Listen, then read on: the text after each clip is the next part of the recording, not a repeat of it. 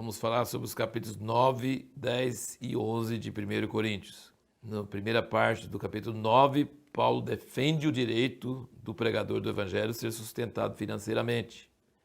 E ele usa argumentos da lei de Moisés sobre o boi que debulha, que era proibido no Velho Testamento fechar, a boca do boi, atar a boca do boi quando debulha. Então o boi dava a volta e pisava e aí acabava soltando os grãos da palha e aí fechava a boca do boi para ele não ficar dando bocadas nos grãos enquanto comia. E Deus proibiu. Se ele está trabalhando, debulhando, ele tem direito de dar as bocadinhas dele. E então, Paulo fala aqui, versículo 9 do 9, porventura está Deus cuidando dos bois? Ou não o diz certamente por nós? Com efeito é por amor de nós que está escrito. Então ele está dizendo que a pessoa que trabalha deve gozar, deve ser sustentado por aquilo que ela está trabalhando. E ele também diz no versículo 13, não sabeis vós que os que administram o que é sagrado comem do que é do templo? E que os que servem ao altar participam do altar? Assim ordenou também o Senhor aos que anunciam o evangelho que vivam do evangelho.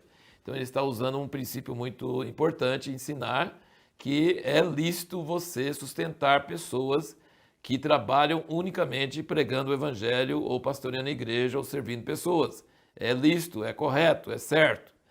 Mas aí, ele, na segunda parte, ele diz que ele não quer usar desse direito. É direito dele, mas ele quer ganhar uma vantagem com Deus mais do que isso.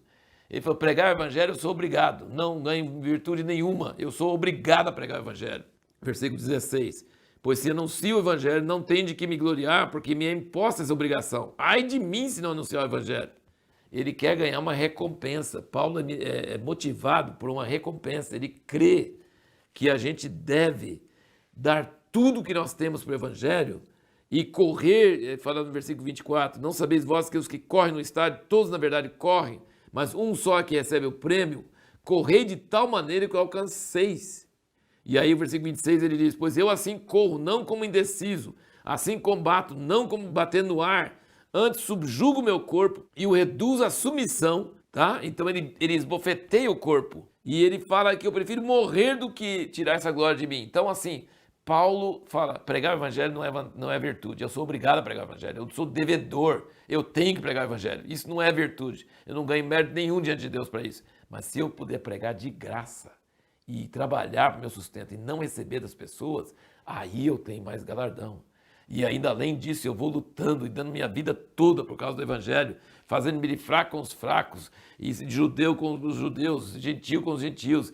Ele expressa como a vida dele é consumida pelo evangelho e como ele quer oferecer isso de graça e trabalhar também materialmente para seu próprio sustento, para poder ter esse mérito diante de Deus. Fazer alguma coisa voluntária, porque alguma coisa ele é obrigado a fazer mesmo, mas alguma coisa voluntária. Muito interessante isso.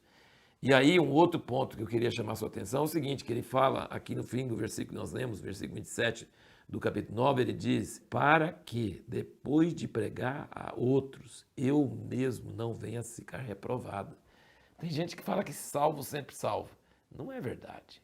Paulo está dizendo que ele pode pregar para os outros e se ele não vigiar, ele mesmo ser reprovado. Ele pode ser usado por Deus para ganhar muitas pessoas para Jesus e eles serem salvos e ele ser reprovado. É possível. Então tem que perseverar. Não pode só crer. Tem que perseverar crendo. E aí no capítulo 10 ele continua nesse assunto, porque ele fala sobre o povo de Israel que foram batizados na nuvem, no mar, todos comeram do mesmo alimento espiritual. Ele está falando de batismo e ceia. E versículo 4, beberam todos da mesma bebida espiritual, porque bebiam da pedra espiritual que os acompanhava, e a pedra era Cristo. Mas Deus não se agradou da maior parte deles, pelo que foram prostrados no deserto.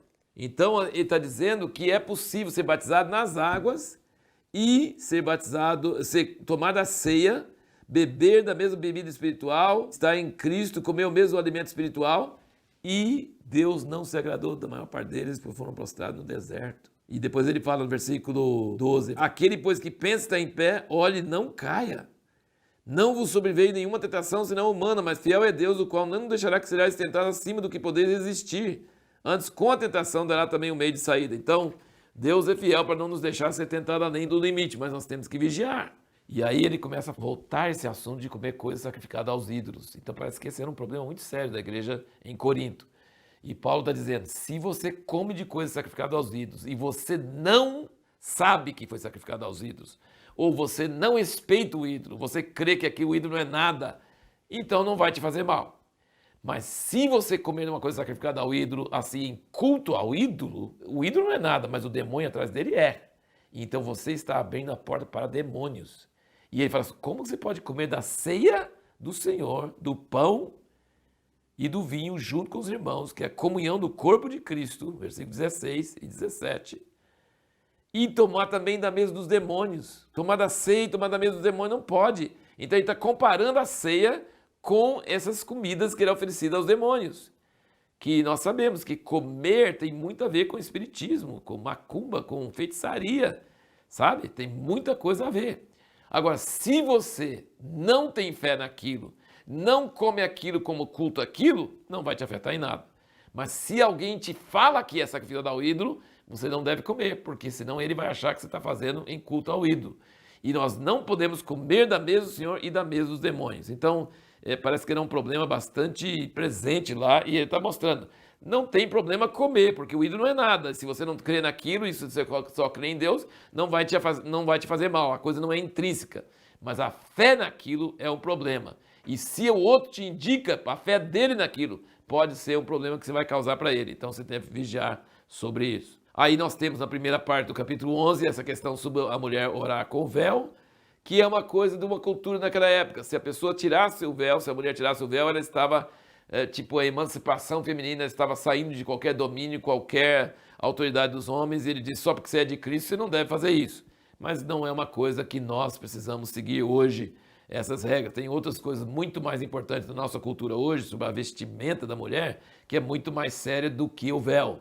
Por exemplo, mini saia, ou roupa decotada, coisa assim, é muito pior do que não usar véu ou usar véu. Usar véu hoje seria uma quase transportar uma cultura daquela época para hoje. Então não seria uma coisa muito importante para nós, tá? Então é uma coisa que a gente precisa entender.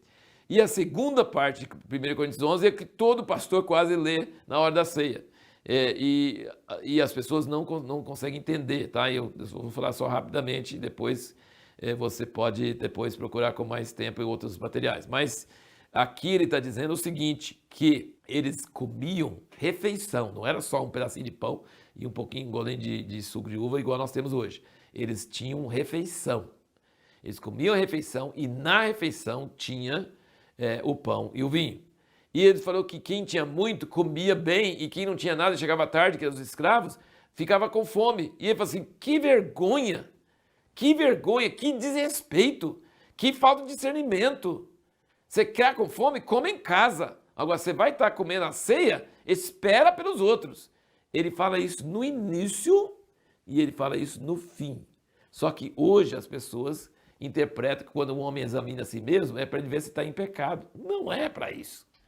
Não é para isso. Então, tomar da ceia dignamente, vou falar em poucas palavras, responder a pergunta que nós fizemos no último vídeo, que é o seguinte, o que é comer da ceia dignamente? Discernir que comer do pão, do mesmo pão, e beber do mesmo cálice com os outros irmãos, eu estou comendo da carne de Jesus e bebendo o sangue de Jesus. O pão não deixa de ser pão e o vinho não deixa de ser vinho. Mas, quando eu estou fazendo isso com fé, eu estou recebendo vida de Jesus. Eu estou discernindo o corpo de Jesus. E discernir o corpo de Jesus é discernir que ele está presente quando eu como do pão e bebo do cálice, e ele está presente nas pessoas que estão comendo comigo. O corpo de Cristo é o pão, e o corpo de Cristo são as pessoas que comem junto comigo. Ele fala no capítulo 10, versículo 16, ele fala, porventura o cálice de bênçãos que abençoamos não é a comunhão do sangue de Cristo? O pão que partimos não é porventura a comunhão do corpo de Cristo? Está falando do pão e do cálice, tá? Então a gente tem que discernir que é o sangue e que é o corpo. Mas depois ele fala, no versículo 17, pois nós, embora muitos, somos um só pão. Então, os que estão comendo pão são pão.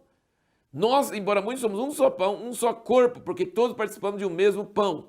Então, discernir o corpo de Cristo, tomar da ceia dignamente, é discernir que isso não é brincadeira, que isso não é uma coisa individual, que isso é a nossa vida, nosso alimento, assim como o batismo é minha morte e ressurreição em Cristo, comer da carne de Jesus e beber do sangue de Jesus está me dando vida espiritual. Então não é uma cerimônia, não é um símbolo, é uma realidade, e também que os irmãos que estão comendo comigo também não são só Zé, Maria e João, mas são partes do corpo de Cristo. Eu faço parte do corpo de Cristo, eles também fazem parte do corpo de Cristo. Isso é discernir o corpo de Cristo e tomar da ceia dignamente, e não tomar levianamente. E assim nós receberemos vida e não doença e morte, até ele diz aqui, quando você não faz isso. E agora a pergunta para o próximo vídeo é o seguinte: por que é errado enfatizar só santidade e amor, ou só os dons espirituais? Tem movimentos que só querem santidade e amor, e tem movimentos que só querem os dons. E por que é errado ter um desses dois extremos?